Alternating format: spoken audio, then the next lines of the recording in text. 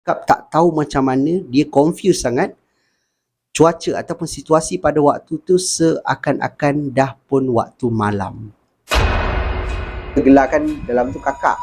Kakak tu tutup mulut Siti. Kan orang dah cakap, jangan buka pintu. Tergantung kan. Tiba-tiba ada kepala jengah ke bawah macam tu. Taklah, tadi ada room service lah dekat luar. Ada satu tangan tau, berwarna hitam, keluar daripada. Dia nampak muka makhluk ni tadi. Cubalah buka nak tanya daripada arah saya. Ketiga orang ni berdiri pada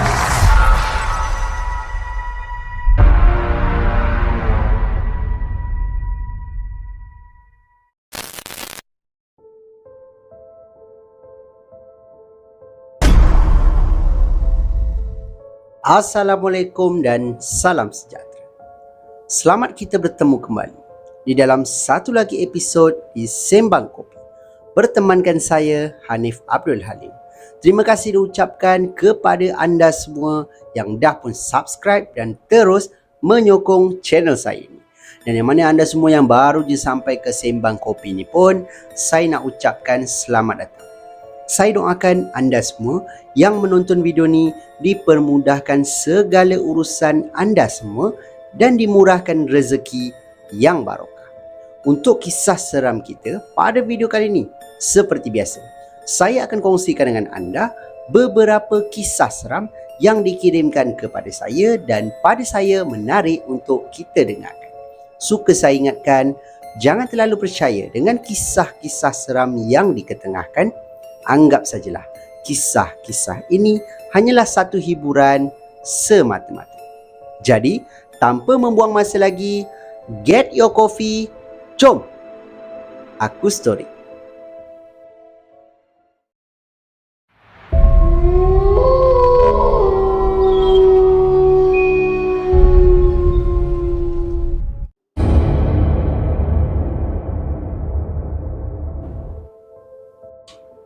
Kita mulakan dengan kisah seram kita yang pertama. Kisah ini datangnya daripada pengirim kita yang bernama Nabil. Yang mana Nabil ni dia bagi tahu dekat dalam email, kisah ini berlaku dah lama. Yang mana pada waktu tu dia masih lagi bergelar seorang pelajar di sebuah universiti yang terletak di Melaka. Dan dia pernah mengalami satu pengalaman seram yang dia nak kongsi dengan kita semua. Yang mana pada waktu tu dia ni sedang dalam sebuah bas ekspres tau. Daripada hentian Melaka ke hentian Duta di Kuala Lumpur.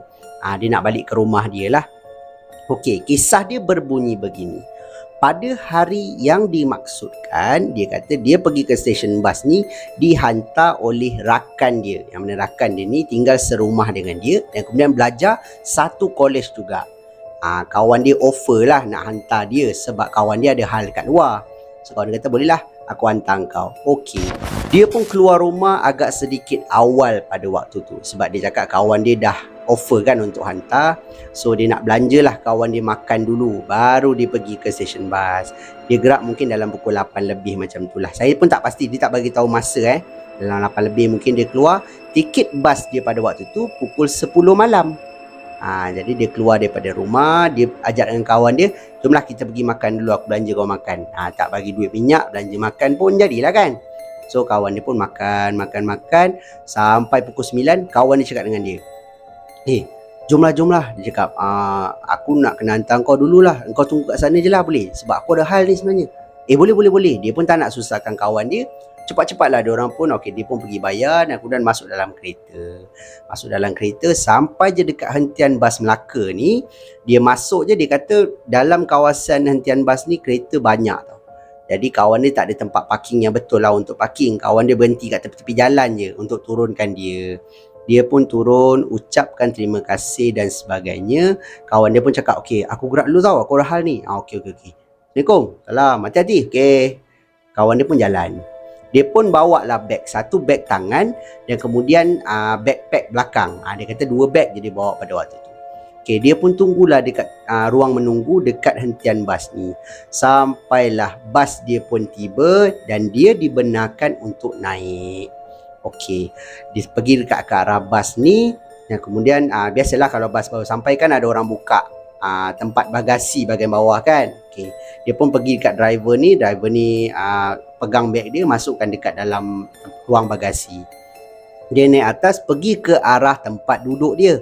Tempat duduk dia pada waktu tu, nombor seat dia tak ingat. Cuma dia kata ruang dia tu macam dekat tengah-tengah sikit tau. Dan tempat duduk dia sebelah tingkap. Yang mana ada 2 tempat duduk, dia dekat sebelah tingkap Okay, dia pun naik dan kemudian ada satu backpack ni, sebab dalam tu ada laptop. Jadi dia tak berani letak dekat ruang bagasi kat bawah. Dia letak dekat riba dia je lah. Okay, dia pun tunggu sampailah bas ni matikan lampu dan kemudian mengundur untuk jalan ataupun mulakan perjalanan. Dia kata sebelah daripada waktu tu ada satu seat kosong. Yang mana dia kata mungkin orang ni tak naik kot, tak jadi naik ataupun terlepas, terlambat kan. Okay, dia pun endahkan pakai earphone dekat telinga dia dan kemudian dia buka lah lagu. Belum sempat keluar Melaka, dia cakap. Dia rasa belum sempat keluar Melaka, mata dia dah pun terlelap. Dia dah tertidur, mungkin disebabkan kepenatan. Separuh perjalanan, dia tak pasti waktu tu dekat mana. Sebab highway gelap kan pada waktu tu. Dia buka mata, dia kata dia tersedar daripada tidur dia disebabkan dia terbau satu haruman bunga yang sangat kuat datang daripada orang kata sekeliling dia lah, menyebabkan dia kata wangi je, bau apa ni, dia cakap macam tu. Dia tegur lah pada waktu tu dan dia kata okey lah, dia pandang kiri kanan. Kebetulan dia pandang kanan dia ni, tempat duduk sebelah dia ni, dia nampak ada seorang penumpang yang dia kata perempuan. So dia kata bila perempuan ni naik? Mungkin perempuan ni kejar bas kot kan, maknanya jumpalah dekat tepi jalan ke naik, dia dah terlepas kan. So dia buat tak tahu je, dia kata okey tak apalah, buat dono je kan. Dia peluk beg dia dan kemudian dia teruslah pandang ke tingkap balik, teruslah tidur. Tidur dan kemudian dia tersedar lampu dah pun menyala, bas dah pun berhenti dekat hentian duta. Okey, dia pun kata nampak dah ada orang kata penumpang lain bangun, ada yang dah masukkan sampah-sampah roti dalam plastik macam nak turun kan. So dia pun okey dah sampai. Dia angkat beg dia dan kemudian dia perasan di sebelah tempat duduk dia ni, tempat duduk yang tadi ada perempuan duduk ni dah kosong. So dia cakap, dah turun kot. Okay, tak apalah. Dan kemudian dia nampak ada pintu bas ni dibuka. Macam tu kan. Okay, dia pun bangun, teruslah berjalan menuju ke depan dan kemudian dia kata dia heran. Sebab apa? Dia tak nampak tau perempuan ni lagi. Tapi bau haruman bunga ni masih lagi bermain di hidung dia. Dia masih bau lagi. Kenapa ada bau bunga ni kan, dia kata. Sedangkan dia dah tak nampak dah perempuan tadi tu. Dan waktu dalam perjalanan pun, waktu dia nampak perempuan ni, sama-sama lah sebab bas gelap. Jadi dia tak nampak muka, dia nampak baju je pada waktu tu. Baju macam warna-warna krim macam tu tau. Dia pun tak pastilah. Okay, dia pun turun daripada bas, teruslah menuju ke arah tempat bagasi ni, yang mana ada driver dah tolonglah angkat-angkat beg kan. Lepas tu ada yang dah ambil beg sendiri. Dan kemudian dia tergerak hati tau untuk bertanya kepada driver ni, driver bas ni. Dia kata, bang, nombor sekian-sekian, seat saya dekat sini tau. Dia tunjuk dekat tingkap tau. Dia kata, sebelah saya tadi ada orang duduk ke? Dia cakap macam tu. So driver ni macam pelik. Kenapa awak tanya pula? Dia cakap itu kan. Tak, sebab tadi masa saya naik, saya duduk, seat sebelah saya tu kosong. Dan separuh perjalanan saya tersedar ada orang sebelah saya. Tapi tak tahulah, saya cuma nak tahu je ada orang ke duduk sebelah saya tadi. Kenapa, ada barang awak hilang ke? Tak ada, saya just tanya je. Berapa nombor seat awak? Nombor seat sekian-sekian. Dia pun bagi tahu.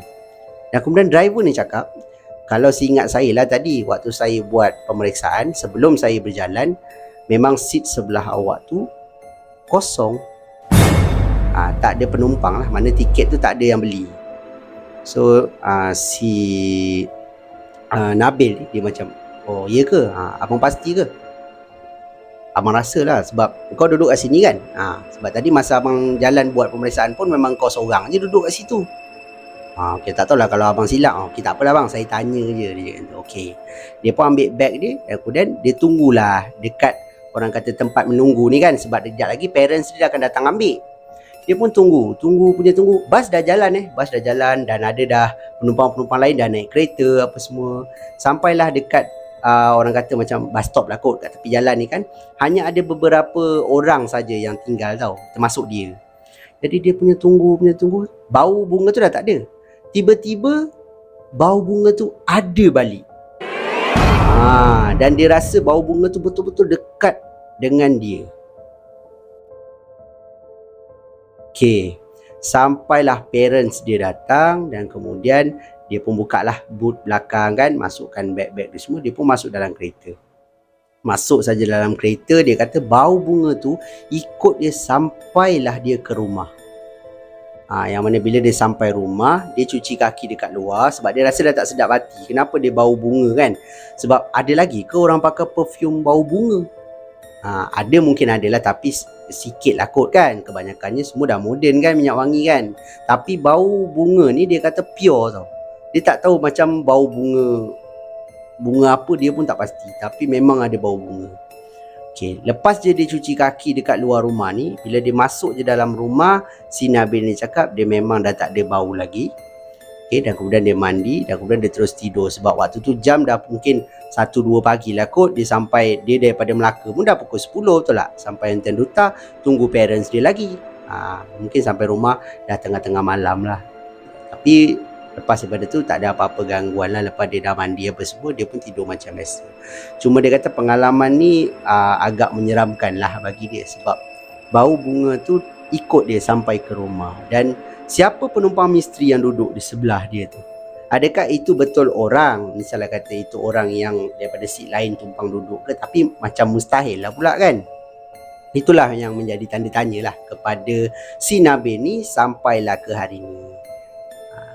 Jadi itulah pengalaman seram yang dikongsikan oleh pengirim kita ni, iaitu Nabil.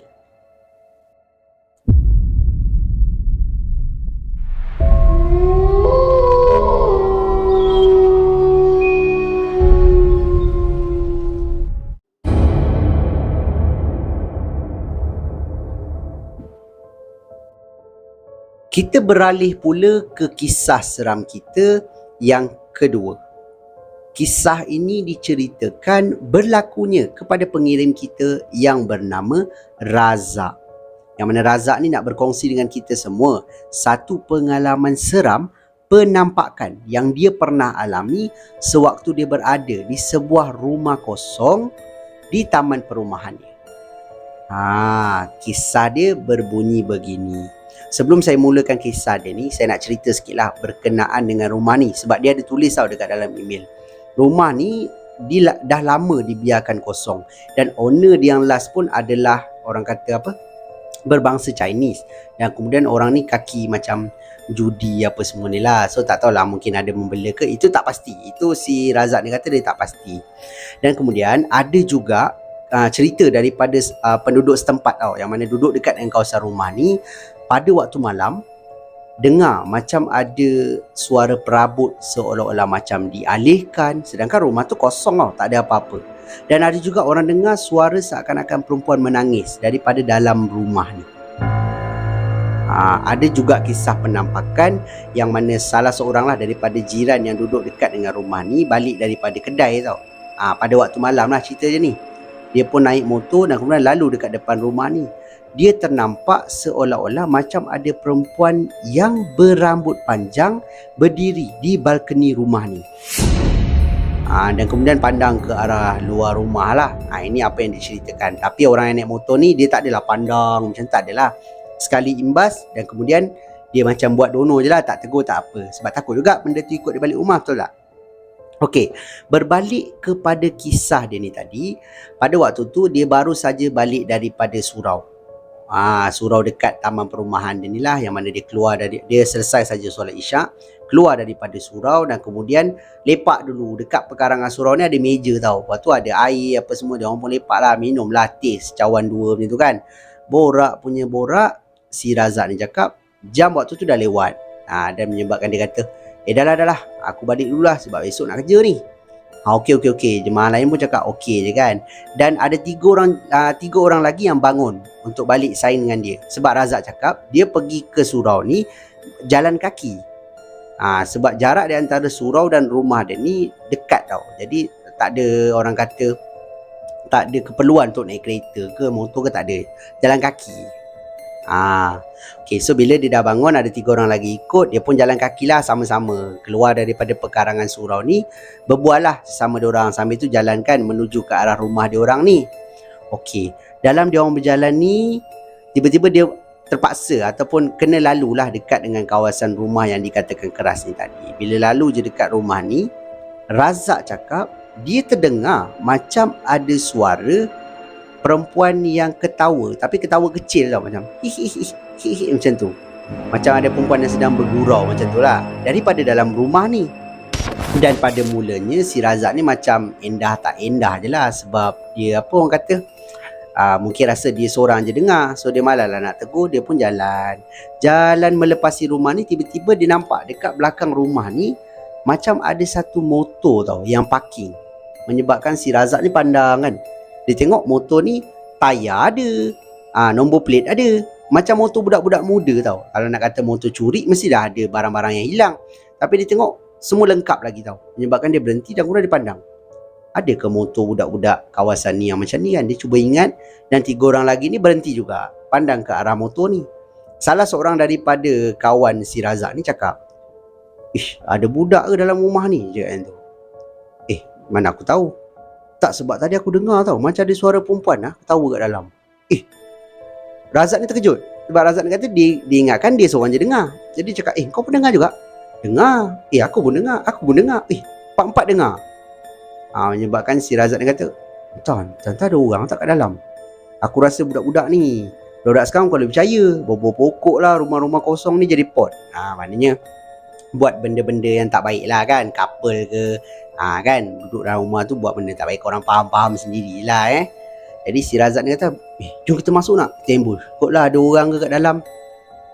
Jom. 4 orang ni pun macam sekepala, jom. Okay, jadi 2 orang masuk, 2 orang lagi duduk dekat dengan pintu belakang tau. Sebab kalau ada budak yang nak lari, dia mesti akan pergi ke arah motor dia, betul tak? Dan motor dia bahagian belakang. Tu yang 2 orang ni duduk dekat pintu belakang ni. Yang si Razak ni pula dengan kawan dia seorang lagi jalan. Mula-mula dia ronda bahagian bawah dululah. Bahagian bawah masuk ke satu bilik, bilik air semua tak ada apa-apa. Kosong. Memang rumah ni kosong tau. Jadi Razak kata, ada apa-apa pun kat atas kot. Macam ada benda bergerak dekat bahagian tingkat atas. Razak ni dengan kawan dia dengar. So Razak ni macam, atas. Dia cakap dengan kawan dia kan, secara berbisik lah. Okay, jom. Ni atas. Diorang pun naiklah tangga, setapak demi setapak. Dan Razak cakap di bahagian atas ni ada 4 bilik tau. Yang mana bilik depan dengan bilik belakang ni adalah ruangan yang besar. Jadi Razak ni naik, dia bahagian depan lah, naik, masuk ke satu bilik, sampailah bilik belakang sekali. Yang mana bilik yang besar ni tadi. Bila dia sampai je dekat depan pintu bilik ni, meremang bulu roma dia. Dia tak tahu kenapa. Memang meremang, dia kata bulu roma dia daripada seluruh badan dia meremang, tapi dia tak nampak apa-apa pun. Disebabkan tu Razak ni pusing ke arah belakang, pandang kawan dia tadi. Dia cakap, tak ada apa-apa lah, jom lah, bla bla. Dia cakap macam tu sebab dia nak cepat-cepat keluar daripada rumah lah. Yang kawan ni pun cakap, kan tadi macam ada dengar suara. Dah, jom. Jom. Kawan dia pun berjalan lah. Bila dia dah pusing ke belakang, kawan dia lah depan betul. Kawan dia pun turun tangga. Si Razak ni pun pusing nak pergi ke arah tangga. Bila Razak ni turun di tangga, baru satu anak tangga, telinga dia terdengar macam ada suara tau. Bukan suara lah, bunyi. Macam ada benda terseret. Menyebabkan si Razak ni automatik kan, kepala dia akan pandang ke arah salah satu bilik ni. Dan kemudian dia terkejut. Dia cakap depan pintu bilik belakang yang dia kata meremang tadi ni, ada satu susuk tubuh yang berbungkus sedang berdiri betul-betul dekat depan pintu tu. Yang mana nampaklah gula-gula kan. Korang pun tahulah nama makhluk ni apa kan. Berbungkus dan kemudian bahagian mukanya gelap, tak nampak apa-apa tau. Bila Razak nampak sekali imbas tu je, memang automatik lah, dia terus lari turun ke bawah. Yang mana kawan dia dah nak sampai ke bawah, terkejut. Kawan dia pun lari. Bukan lari sebab nampak, tapi kawan dia terkejut kan. Si Razak ni lari turun bawah kan, sampai ke bahagian belakang. Dan kemudian dia kata bla bla bla bla bla. Empat-empat dia pun teruslah jalan laju meninggalkan kawasan rumah tu. Dan diorang diam je lah, balik ke rumah macam biasa. Dan kemudian keesokan harinya mungkin dia orang jumpa lagi dekat surau. Razak ni ceritalah dekat 3 orang ni lagi apa yang dia nampak dekat bahagian atas tu. Pada waktu tu 3 orang ni nak kata tak percaya pun tak. Mungkin percayalah sebab dah ramai kan cakap rumah tu memang keras. Dan kemudian malam tu Razak nampak pula, dan diorang tiga-tiga pula, berempat ni dengar macam ada suara perempuan ketawa. Sedangkan dalam rumah tu sebenarnya kosong, tak ada orang. Jadi itulah pengalaman seram penampakan yang dikongsikan oleh pengirim kita ni, iaitu Razak.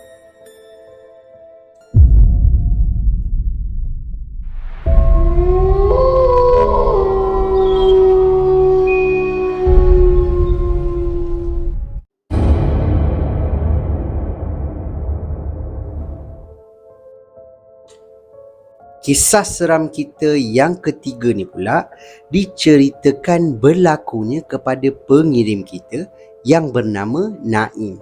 Dan Naim bagi tahu di dalam email, kisah ni berlaku dah lama tau. Dalam tahun 2010 macam tu. Dan pada waktu tu Naim ni masih lagi bersekolah di sebuah sekolah berasrama penuh yang terletak di Slim River. Dia ingin berkongsi dengan kita semua satu pengalaman seram penampakan yang mana dia diganggu satu susuk tubuh wanita misteri ketika dia berada di sebuah stesen kereta api di Selangor. Kisah dia berbunyi begini.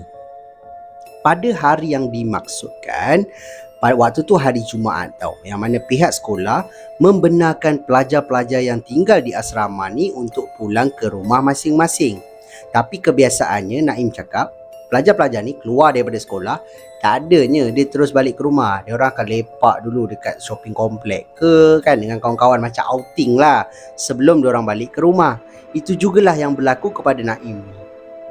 Jadi bila selesai je dia lepak dengan kawan-kawan dia pun teruslah menuju ke stesen kereta api, yang mana dia nak naik dekat stesen tu lah nanti untuk balik ke rumah kan. Okay, dia pun beli tiket dan kemudian tunggu train ni tiba.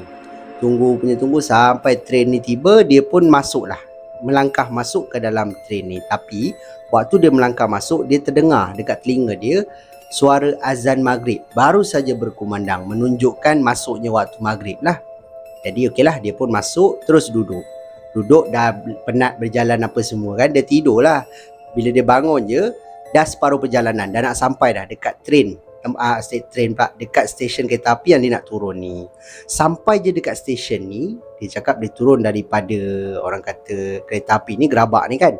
Dia tengok kawasan sekeliling dah tak ramai orang. Mungkin jam dia tak tahu pukul berapa lah, time tu dia tak tulis dalam email. Jadi mungkin dah lewat malam ke, saya pun tak pasti.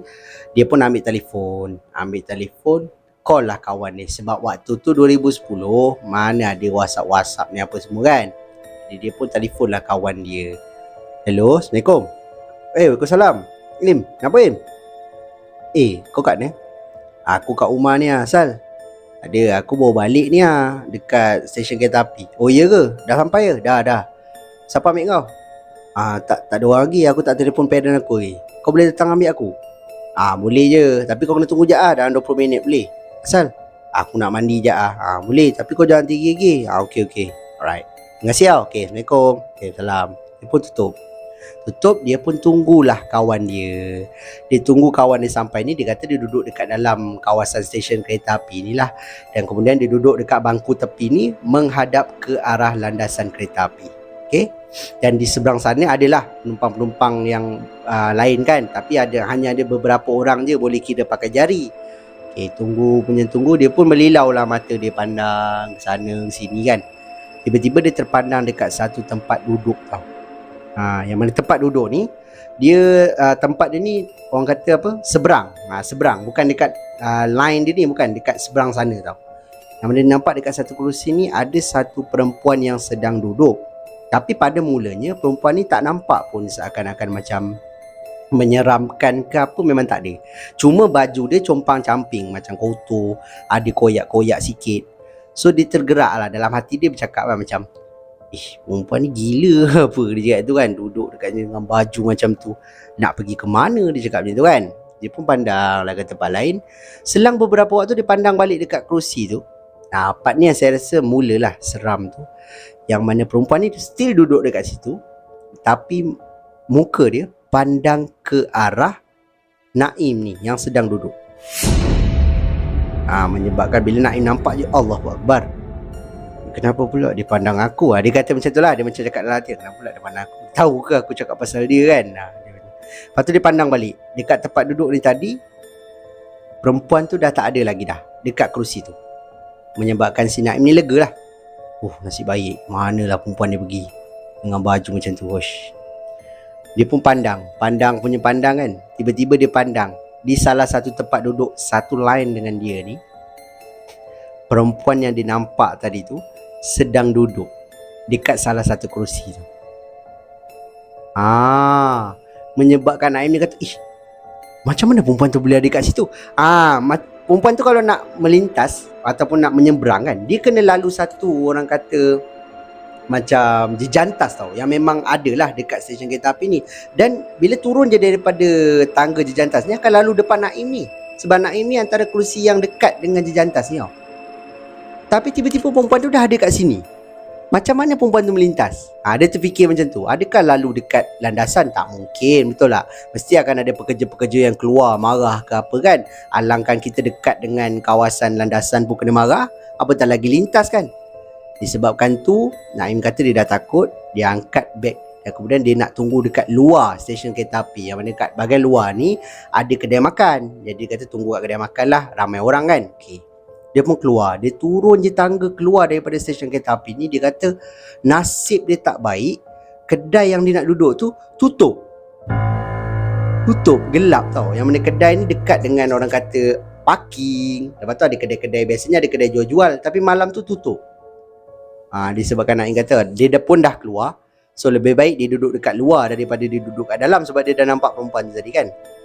Dia pun berdirilah dekat tepi jalan. Sambil tu dia mengomel lah, mana kawan aku ni lambatnya, kata tadi 20 minit je. Aduh, mana dia ni?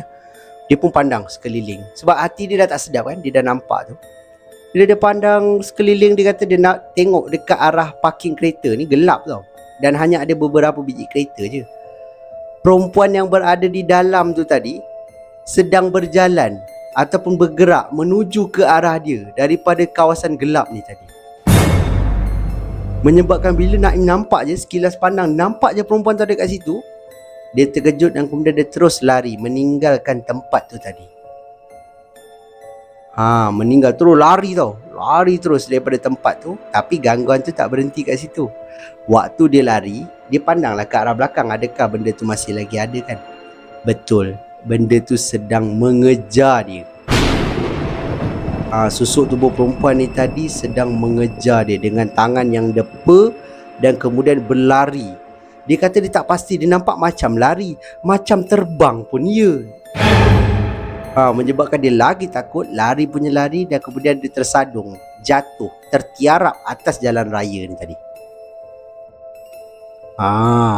Bila dia dah jatuh, serentak dengan tu dia terus pusing lah, macam terlentang kan. Terlentang, tangan dia macam stand sikit lah, macam angkat badan dia sikit, dia tengok ke arah tempat dia nampak perempuan ni tadi. Tapi perempuan tu dah tak ada. Menyebabkan dia kata memang tangan dia dah luka-luka lah, dah jatuh kan. Bila dia nampak dia tak ada, dia dah rasa lega sikit lah. Dan kemudian tiba-tiba dia terasa di atas kepala dia seakan-akan macam ada sesuatu.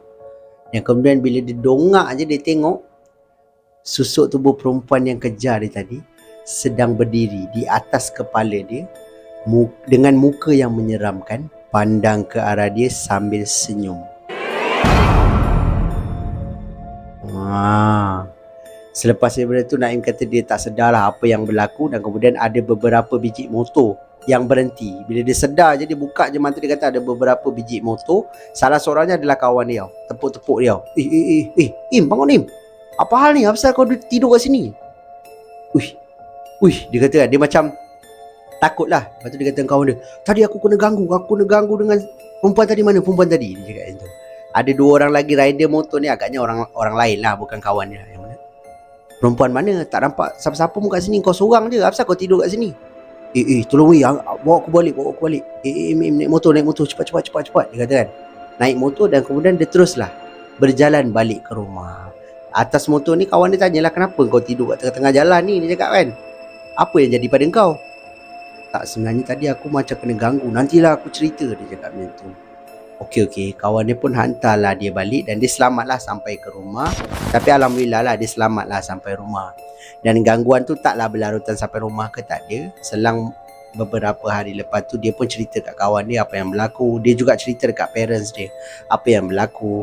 Dia orang pun seakan-akan macam orang kata apa macam percaya tak percaya lah kan. Tapi dah Naim sampai pengsan dekat tengah-tengah jalan, maknanya benda tu betul-betul berlaku lah.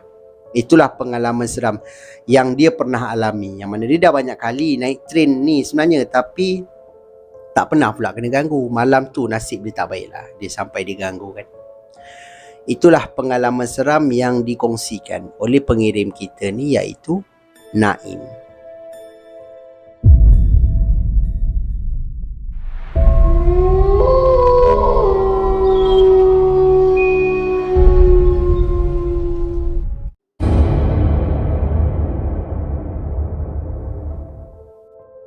Sampailah masa untuk kisah seram kita yang terakhir untuk video kita pada kali ini. Kisah ini dikongsikan oleh pengirim kita yang bernama Wan.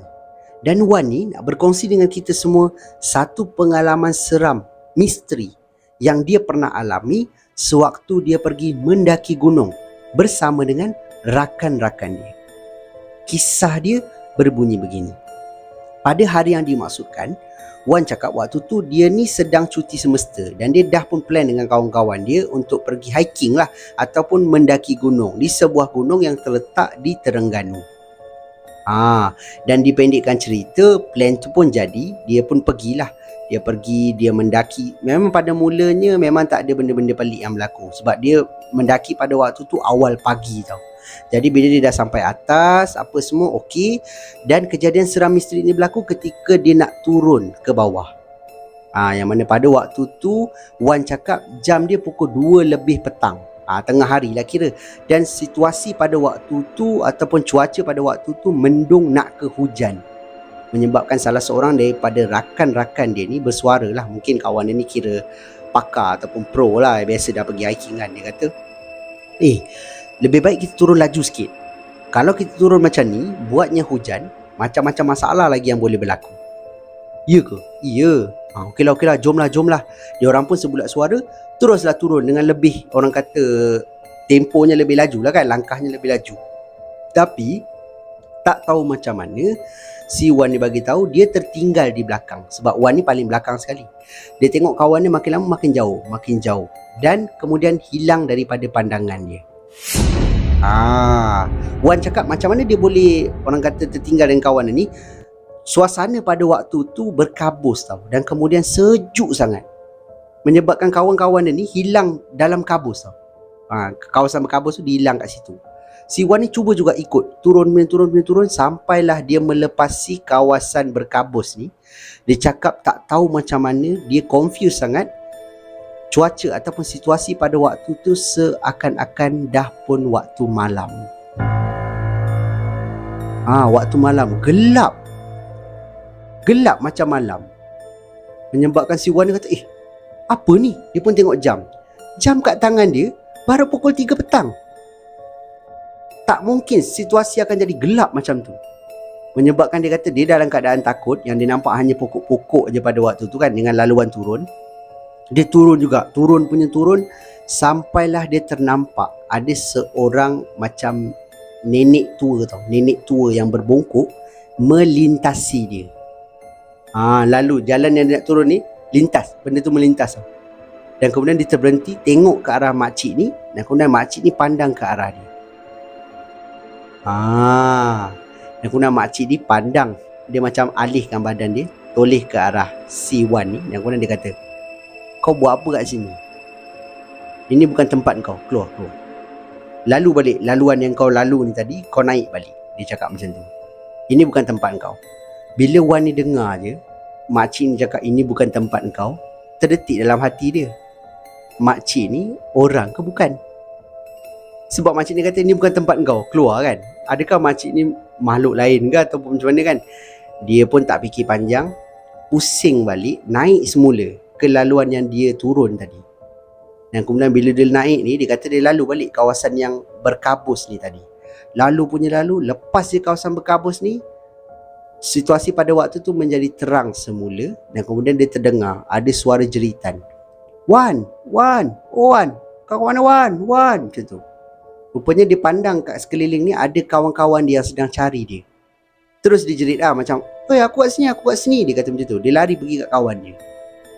Dan kemudian serentak dengan tu kawan dia marah tau dekat dia. Dan dia kata, kau pergi mana Wan? Daripada tadi kita orang cari kau, dah dekat 3 jam dah kita orang cari kau ni, dia cakap. Kau pergi mana? 3 jam? Wan cakap. Biar betul. Pukul 3, dia kata. Pukul 3 apa, dah pukul 6 ni kau tahu. Kalau hari dah nak gelap tadi, kita orang dah nak telefon polis dah, dia cakap macam tu. Dah turun. Biar betul, dia tengok jam dia. Jam dia memang pukul 3. Tapi jam dia mati pada pukul 3 petang tu. Waktu dia hilang kawan-kawan dia tu, ataupun dia masuk dekat kawasan berkabus tu pukul 3 petang kan. Jam tu mati pada pukul 3 petang tu. Dan kemudian dia turun dengan selamat. Tapi dia sampai bawah pun hari dah gelap dah waktu tu. Tapi pengalaman seram ini ataupun seram misteri ni menjadi tanda tanya kepada dia dan kepada saya sendiri pula. Saya tak tahulah sejauh mana kebenaran kisah ni kan. Macam saya cakap pada awal video lah, anggap saja kisah-kisah yang dikongsikan ini sebagai satu hiburan semata-mata. Memang kalau kita fikirkan tak logik lah kan. Tapi mungkin juga si Wan ni termasuk ke alam lain ke. Tapi dia masuk tu, dia cakap dia masuk dan kemudian dia keluar balik kan. Takkan sampai 3 jam. Betul tak? 3 jam kawan dia cari dia rupanya. Maknanya masa di alam sana tu dengan kita ni memang jauh beza. Kita pun pernah dengar kan sebelum-sebelum ni dalam YouTuber lain pun ada cerita juga yang mana pakcik ni pergi, katanya pergi setengah hari, rupanya dah hilang berminggu-minggu. Benda ni memang kita pernah dengar. Dan apa yang Wan alami ni, yang pada dia misteri ni, itulah dia. Dia masuk ke dalam alam tu ataupun dalam situasi tu dalam keadaan taklah lama mana pun. Dan kemudian dia nampak makcik tu dan kemudian dia keluar balik. Rupanya dah 3 jam kawan-kawan dia cari, dia hilang. Tak tahu dia masuk ke alam mana ke apa ke, itu saya tak pasti. Benda ni memang tak masuk akal. Tapi tak ada apa yang mustahil dalam dunia ni, betul tak? Jadi itulah pengalaman seram misteri yang dikongsikan oleh pengirim kita ni, iaitu Wan.